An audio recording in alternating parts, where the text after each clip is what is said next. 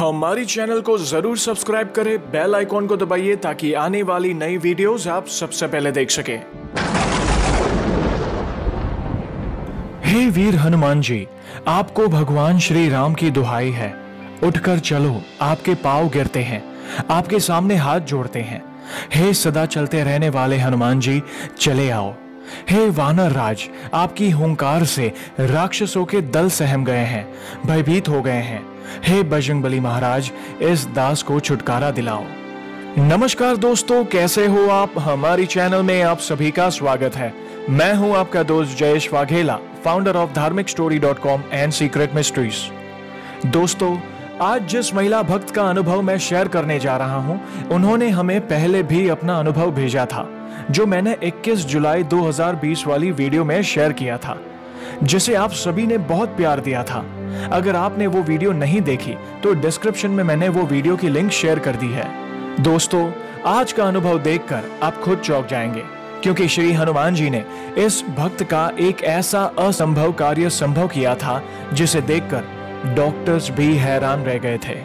और हाँ, अगर आपने भी श्री हनुमान जी की कृपा या फिर चमत्कार को महसूस किया है तो आप भी अपना अनुभव मुझे ईमेल कर सकते हैं। मेरा ईमेल आईडी है dharmicstory@gmail.com।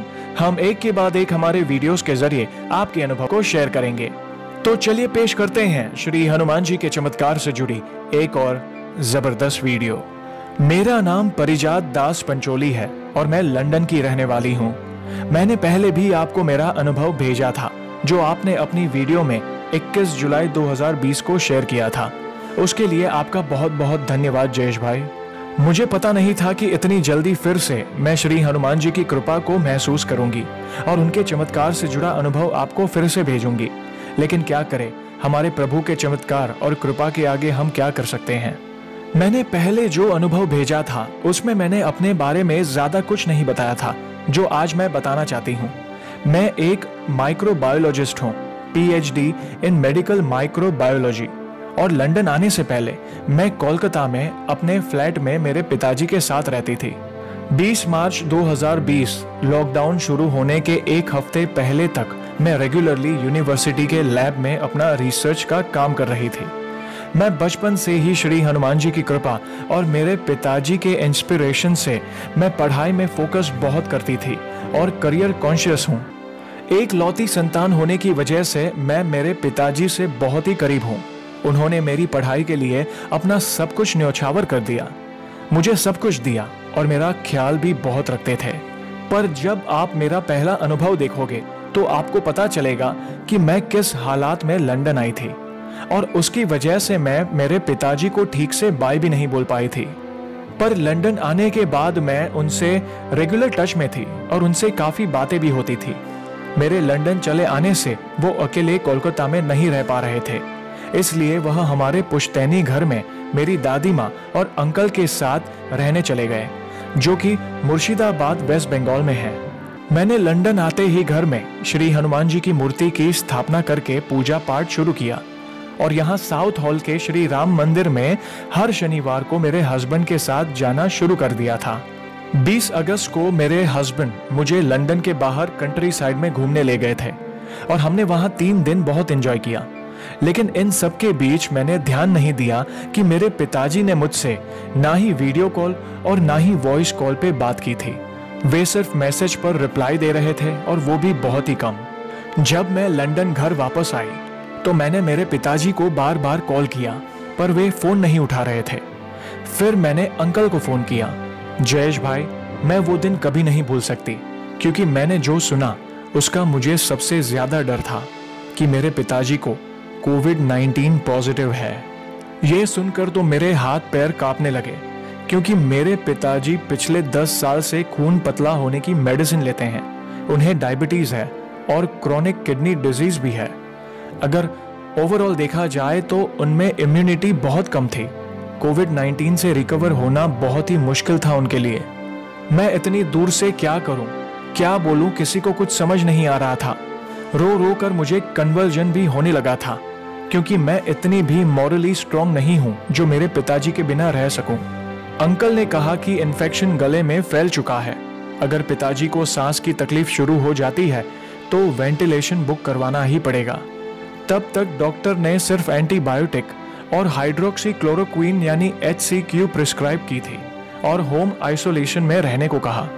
लेकिन मुझे ऐसा लग रहा था कि डायबिटीज की वजह से पिताजी HCQ जैसी स्ट्रॉन्ग मेडिसिन सह नहीं पाएंगे और हमें कोई और रास्ता नहीं मिल रहा था। हम बहुत ज्यादा टेंशन में थे कि पिताजी को कुछ हो ना जाए। पर कहते हैं ना, जब सारे रास्ते बंद हो जाए तो एक दरवाजा जरूर खुलता है, और वो है प्रभु की शरण में जाना और उनका स्मरण करना। मैंने तुरंत श्री हनुमान चालीसा, संकट मोचन हनुमानाष्टक, सुंदरकांड की चौपाई और श्री हनुमान जी के 108 नामों का जाप करना शुरू कर दिया। मैंने रोते रोते शपथ भी ली कि जब तक मेरे पिताजी की कंडीशन में सुधार ना हो जाए तब तक ना मैं कुछ खाऊंगी या पीऊंगी। जयेश भाई, 4 दिन बीत गए। मैंने कुछ न खाया पिया और ना ही किसी से बात कर रही थी। बस प्रभु का स्मरण कर रही थी और उनके जाप कर रही थी। सच बताऊं तो मुझे याद नहीं ठीक से कि मेरी हालत क्या थी उस वक्त। मेरे हस्बैंड भी काफी अपसेट थे। 29 अगस्त शनिवार को सुबह स्नान करके श्री हनुमान जी की मूर्ति के सामने बैठ के मैंने बजरंग बाण का पाठ करना आरंभ किया। जब तक मुझे याद है मैंने 110 बार बजरंग बाण का पाठ किया। उसके बाद मैंने गिनती नहीं की, बस पाठ करती गई। लगातार 6 दिनों तक कुछ न खाने पीने से मैं काफी कमजोर हो गई थी और मैं पाठ करते करते बेहोश हो गई।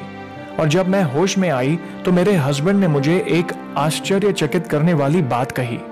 उन्होंने कहा कि जब वे सो रहे थे तब उन्होंने एक अद्भुत सपना देखा कि वो उनके ऑफिस के स्टोरेज से मेडिसिन निकालने गए और एक काला सर्प अपना बहुत ही बड़ा फन फैला के उनको मेडिसिन लेने से रोक रहा है। तभी अचानक एक बहुत बड़ा लाल देहधारी वानर ने आकर उस सर्प को उठा के दूर फेंक दिया और मेडिसिन का स्टोरेज खोल के वहां से चला गया। इतना कह के मेरे हस्बैंड ने कहा कि सपने में वो श्री हनुमान जी ही थे जिन्होंने मृत्यु का रूप काल सर्प को हटाकर मेडिसिन का स्टोरेज यानी अमृत का दरवाजा खोल दिया जो पिताजी को बचा लेंगे। ये सुनकर मेरी आंखों में आंसू आ गए और मन ही मन एक ही प्रार्थना कर रही थी कि हे प्रभु, जिस परिवार पर आपकी कृपा हो भला उस परिवार पर संकट कैसे आ सकता है। अगले ही दिन घर से फोन आया कि पिताजी का बुखार, सर दर्द और खांसी अब नहीं है।